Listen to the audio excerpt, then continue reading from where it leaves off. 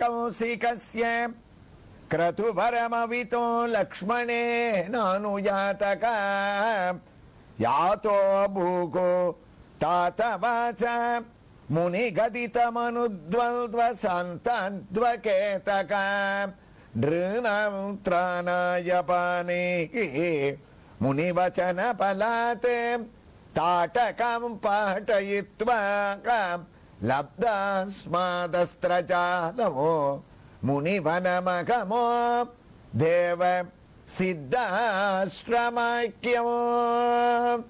நாராயணிய ராமாயணம்னு எல்லாரும் கொண்டாடக்கூடிய உயர்ந்த நாராயணியத்துல ராமச்சந்திரமூர்த்தியினுடைய அவதார வைபவங்களை பெரிய ஸ்லோகங்களால ஒரே ஸ்லோகத்துல வால்மீகி, கம்பர், ஆழ்வார்கள், ஆச்சாரியர்கள் எல்லாம் ராமனுடைய வைபவத்தை அனுபவிச்சிருக்கக்கூடிய ஒரு விதத்தை பட்டத்ரி ஆச்சரியமாக வர்ணிச்சிருக்கார்.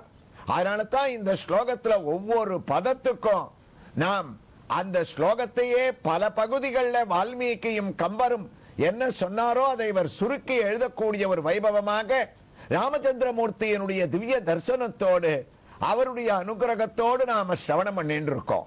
தசரத மகாராஜாவினிடத்துல யாக சம்ரட்சணத்துக்காக ஸ்ரீராமச்சந்திரமூர்த்தியை கேட்க ராமனுடைய குணங்கள், அனுபவங்கள் எல்லாத்தையும் விஸ்வாமித்திரர் சொல்லிட்டு, அதனால ராமன் சத்தியபராக்கிரமன், அவனை என்னோட அனுப்பு, எந்த விதமான கவலையும் நீ அடைய வேண்டாம்னு சொன்னாரா. அப்போ தசரதரை அனுப்பினாரான்னா உடனே ஒரே ஒரு வார்த்தை சொன்னார். விஸ்வாமித்ர மகரிஷே, எல்லாம் இருக்கட்டும், என் ராமனுக்கு என்ன வயசாச்சுன்னு நீங்க நினைச்சுட்டு இருக்கேன். பாலக பருவம், ஊனசோடச வருஷமே ராமோ ராஜீவ லோச்சனகா. ராமனுக்கு இன்னும் 16 வயது கூட பூர்த்தி ஆகல.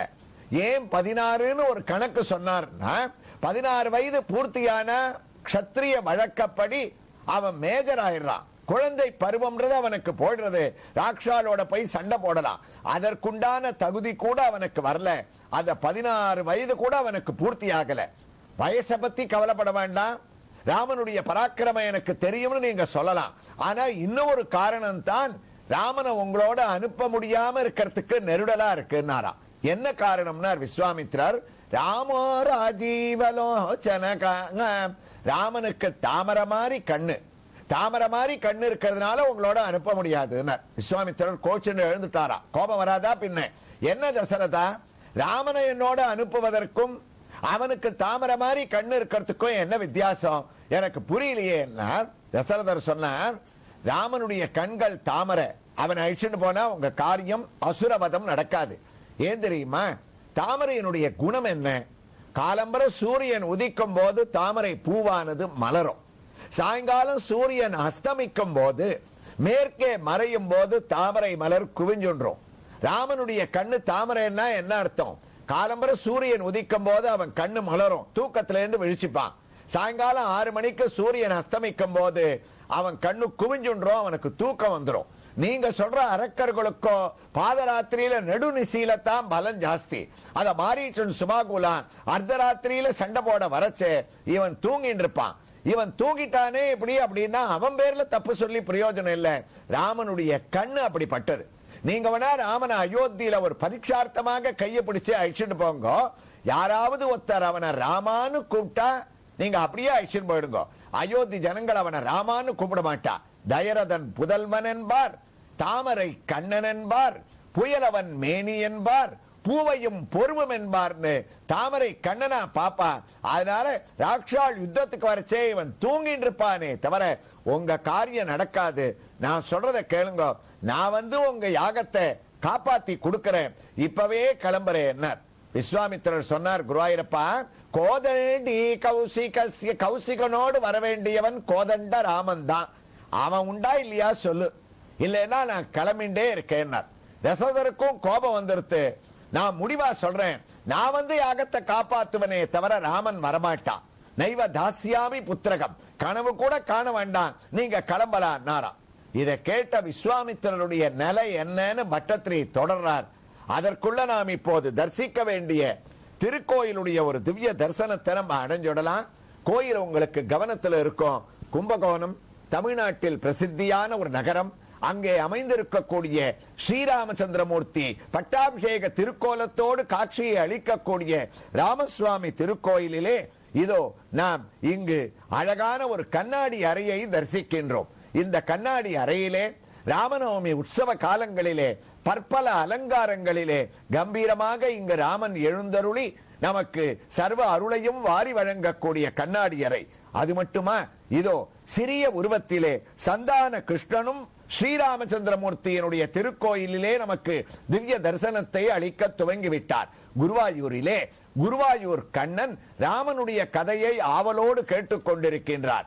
இங்கு கும்பகோணத்திலேயோ ராமசுவாமியினுடைய திருக்கோயிலிலே இங்கு கிருஷ்ணன் தரிசனத்தை அளித்துக் கொண்டிருக்கின்றார். ஆகா, ஆதிசேஷன் கீழ் ஒரு திருவடியை தூக்கி கொண்டு மற்றொரு திருவடியை அழகாக நீட்டிக் கொண்டு ஒரு திருவடியை தன்னுடைய திருக்கரங்களால் பிடித்துக் கொண்டு பாம்பனையின் கீழ் துயில் கொண்டு நம்முடைய பாவங்களை போக்கக்கூடிய திருக்கோலத்திலே கண்ணனை தரிசித்துவிட்டு இங்கு ஸ்ரீராமச்சந்திரமூர்த்தி உற்சவமூர்த்தியாக நமக்கு அலங்காரங்களோடு காட்சியளிக்கக்கூடிய அவருடைய திவ்ய தரிசனத்தை நாம் அடைவதற்கு பலவிதமான புண்ணியங்களை செய்திருக்க வேண்டும்.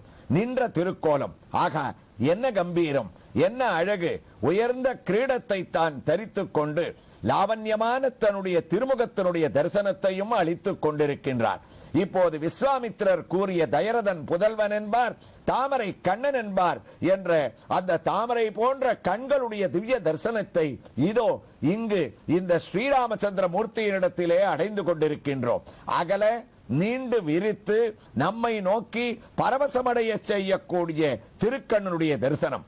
அது மட்டுமா, அந்த ராமன் என்ற அடையாளம் காட்டக்கூடிய நீண்ட நாசி, அதற்கு கீழே புன்சிரிப்பு தவழக்கூடிய மந்தஸ்மிதமான திருமுகத்தினுடைய தரிசனத்தோடு ஸ்ரீராமச்சந்திர மூர்த்தியானவர் ஒரு திருக்கரத்திலே கோதண்டத்தை கம்பீரமாக தாங்கிக் கொண்டு ஒரு திருக்கரத்திலே லாவகமாக அம்பை ஏந்தி கொண்டு என்னுடைய தகப்பனார் அனுமதி அளிக்கிறாரோ இல்லையோ நான் விஸ்வாமித்திரரோடு கிளம்புவதற்கு கும்பகோணத்திலே கோதண்டத்துடனும் அம்போடும் தயாராகிவிட்டேன் என்று கூறுவது போல அழகான திவ்ய தரிசனம். அது மட்டுமா, ராமனிடம் மட்டும் நாம் தரிசிக்கக்கூடிய அவனுடைய திருவடியினுடைய அழகு, சாய்ந்திருக்கக்கூடிய இடுப்பு, அதிலே பரிமளிக்கக்கூடிய பட்டு வஸ்திரங்கள், 14 வருடங்கள் வனவாசத்தை முடித்து பரதன் அயோத்தியினுடைய சாவியை ராமனிடத்திலே ஒப்படைத்தான் என்று ராமாயண வரலாறு கூறுகின்றது. அவன் எவ்வாறு ஒப்படைத்தான் என்று நாம் பார்க்கவில்லை. ஆனால் இந்த திருக்கோயிலிலே பரதன் அளித்த அயோத்தி கஜானாவின் சாவியை கம்பீரமாக தன்னுடைய இடுப்பிலே சொருகிக் கொண்டு பாண்டியன் கொண்டை, யக்ஞோபவீதம், கெம்புக்கல் மாலை, முத்து மாலை, தாமரை பீடம் தாங்கக்கூடிய அழகான திருவடிகள், மயலுடை துலகம் என்பார் என்று சொல்லக்கூடிய ராமனுடைய திருக்கோலத்திற்கு அருகிலே வலதுபுறத்திலே சீதையானவள் அழகாக தாமரை பூவை கையிலே ஏந்தி கொண்டு ஒட்டியானத்தை தான் அணிந்து கொண்டு பவள மாலையோடு சாந்தமான முகத்தோடு நமக்கு காட்சியை அளிக்க, மற்றொரு புறத்திலே லக்ஷ்மண சுவாமியினுடைய முதுகிலே அம்புரா தூணி கூட இயற்கையாகவே விக்கிரகத்திலே தரிசனத்தை அடையக்கூடிய அளவுக்கு ராமனுக்கு ஏற்ற தம்பியாக காட்சியளிக்க, அனுமன் இதோ நின்ற திருக்கோலத்திலே கைகளை குவித்துக் கொண்டு கண்களை அகல திறந்து விரித்துக் கொண்டு பக்த ஆஞ்சநேயனாக நமக்கு காட்சியளிக்கக்கூடிய இந்த திவ்ய தரிசனத்தோடு நாம் ஸ்ரீராமாயணத்தை பட்டத்திரி எவ்வாறு நாராயணியத்திலே தொடர்கின்றார் என்பதை சிரவணம் செய்ய திரும்பிவிட்டோம். கோதண்டி கௌசிகஸ்ய கிருதுவரமவிதோ லக்ஷ்மணேனானுயாதகம். தசரத மகாராஜா முடிவா சொல்லிட்டார், ராமன் வரமாட்டான், ராமனை நான் அனுப்ப மாட்டேன், உமக்கு வேணும்னா நான் வந்து யாகத்தை காப்பாத்துறேன்னு கோபம் வந்துருத்தான் விஸ்வாமித்திரருக்கு. தசரதா, நீலாம் சூரிய வம்சத்துல பிறந்தவனா? முதல்ல நானா வந்து எதற்காக வந்திருக்கேன்னு உங்க அரண்மனையில சொல்லல, நீயா என் கையை பிடிச்சிட்டு கெஞ்சின, நீங்க சொல்ற காரியத்தால என் உயிரே போனாலும் பரவாயில்ல, இப்ப ராமனை அனுப்ப மாட்டேன்னு சொல்றியே, பரவாயில்ல, நான் கிளம்புறேன், ராமனோட நீ சௌக்கியமா இரு. பூர்வமர்த்தம் பிரதிஷ்டுத்ய பிரதிஜ்ஞாமாதுமிச்சசி ராகவானாமயுக்தோ குலஸ்யாஸ்ய விபர்யயகம். ராமனோடையும் அயோத்தி ஜனங்களோடையும் சுகீ பவசபல் தவகம். வால்மீகி சொன்னார், நீ சௌக்கியமா இருன்னு சொல்லிட்டு அங்க இருந்து விஸ்வாமித்திரர் கிளம்பினாராம். பட்டத்திரி கேட்டார், குருவாயூரப்பா, இந்த இடத்துல சௌக்கியமாறுனா உண்மையா சௌக்கியமாறுன்னு அர்த்தம்? நம்ம ரெண்டு பேருக்கும் தானே அது புரியும். விஸ்வாமித்திரர் ஒரு மனிதன் ஒருத்தன கோபத்தோட நீ நன்னா இருன்னா அதுக்கு சௌக்கியமா இருன்னு அர்த்தம். என்னுடைய சொத்தை எல்லாம் ஏமாத்தி சுப்ரீம் கோர்ட் வரைக்கும் போய் ஜெயிச்சுட்டியோன்னு பரவாயில்ல, என் சொத்தை வச்சுன்னு நீயே குடும்பத்தோட சௌக்கியமா இரு அப்படின்னு அந்த இக்க ஒரு அழுத்தினா அதுக்கு அர்த்தமே தலைகீழா மாறி போயிடுமா. அந்த வேலையத்தான் இங்க விஸ்வாமித்திரர் பண்ணார். நீ அயோத்தி வாழ் ஜனங்களோட சுகி பவசபல்தவகம், நீ சௌக்கியமா இரு, நான் கிளம்புறேன் அப்படின்னு அப்படி எழுந்துட்டார். அப்போ ஒரு சிஷ்யனை காப்பாற்ற வேண்டிய கடமை குலகுருவுக்கு இருக்கு இல்லையா?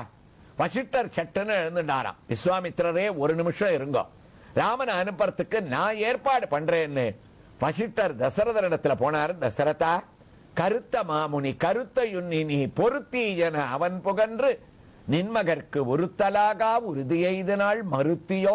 கம்பர் சொன்னார். வசிட்டர் ஆச்சரியமா தசரதருக்கு உபதேசம் பண்ணார். தசரதா, முதல்ல ராமனை விஸ்வாமித்திரரோட அனுப்பு. ஒரு உண்மையான தகப்பனார் தன்னுடைய மகனுக்கோ மகளுக்கோ பெரியவர்களால நல்லது ஏற்படணும்னு தான் ஆசைப்படுவாளே தவிர அவர்களுக்கு ஏற்படக்கூடிய நன்மையை தடுக்கணும்னு விரும்ப மாட்டார். விஸ்வாமித்திரரால ராமனுக்கு பலவிதமான நன்மைகள் ஏற்படக்கூடிய சந்தர்ப்பத்தில் தடுத்தியோ என வசிட்டன் கூறினான். அதை தடுத்துட்டியே, இப்ப கூட விஸ்வாமித்திரரை நான் நிக்க வச்சிருக்க, ஓடி போய் ராமன் அனுப்புனார். குலகுருவே சொல்லிட்டாரேன்னு குருவாயிரப்பா. தசரதருக்கு ஆத்ம ஞானம் வந்துருத்து. தப்பு பண்ணிட்டமேனு ஓடி சிம்மாசனத்திலிருந்து கோவிச்சுட்டு இருக்கிற விஸ்வாமித்திரருடைய 2 பாதங்களையும் பிடிச்சுண்டு, மகரிஷே ராமனை அனுப்புறேன், ஆனா ராமனை மத்திரம்தான் நீங்க கேட்டேள், ராமனை அனுப்ப மாட்டேன்னு சொன்ன ஒரு பாவம் எனக்கு நீங்குவதற்காக வட்டி போட்டு லக்ஷ்மணனையும் கூட சேர்த்து அனுப்புறேன். ராமன் லக்ஷ்மணன் 2 பேரையும் நீங்க அழிச்சுட்டு போலான்னு அப்படி சொல்லி திரும்பினார்.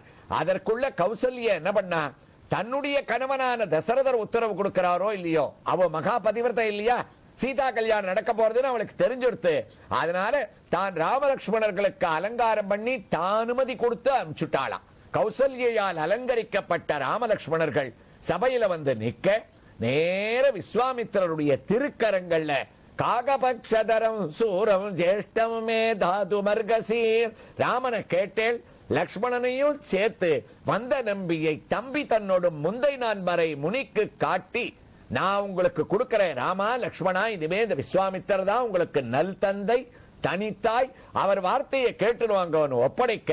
குருவாயிரப்பா, அந்த ராமலட்சுமணர்களை அழிச்சுண்டு விஸ்வாமித்திரர் கிளம்புறார்னு ஸ்லோகத்தை தொடர்கிறார் நாராயண பட்டத்ரி. எவ்வாறு தொடர்கிறார் என்ற ஒரு வைபவங்களை எல்லாம் இப்போது கும்பகோணம் ஸ்ரீ ராமசுவாமி திருக்கோயிலில் எழுந்தருளி இருக்கக்கூடிய ஸ்ரீராமச்சந்திரமூர்த்தி உற்சவமூர்த்தியின் திவ்ய காரத்தியோடு அவரிடமிருந்து நாம் உத்தரவு பெற்றுக்கொண்டு நாராயணியத்தின் அடுத்த பகுதியை தட்சிணாயன புண்ணிய காலம் ஆடி பண்டிகையாகிய உயர்ந்த நன்னாளிலே நாம் கோதண்டராமர் வீர ஆஞ்சநேயர் திருக்கோயில் ஆரணி தச்சூர் ரோடில் அமைந்திருக்கக்கூடிய கொசப்பாலயத்தில் கோயில் கொண்டிருக்கக்கூடிய ஸ்ரீராமச்சந்திரமூர்த்தியின் திவ்ய தரிசனத்தோடு தொடர்ந்து கேட்கலாம். ஸ்ரீ கிருஷ்ணாய துப்யம் நமக.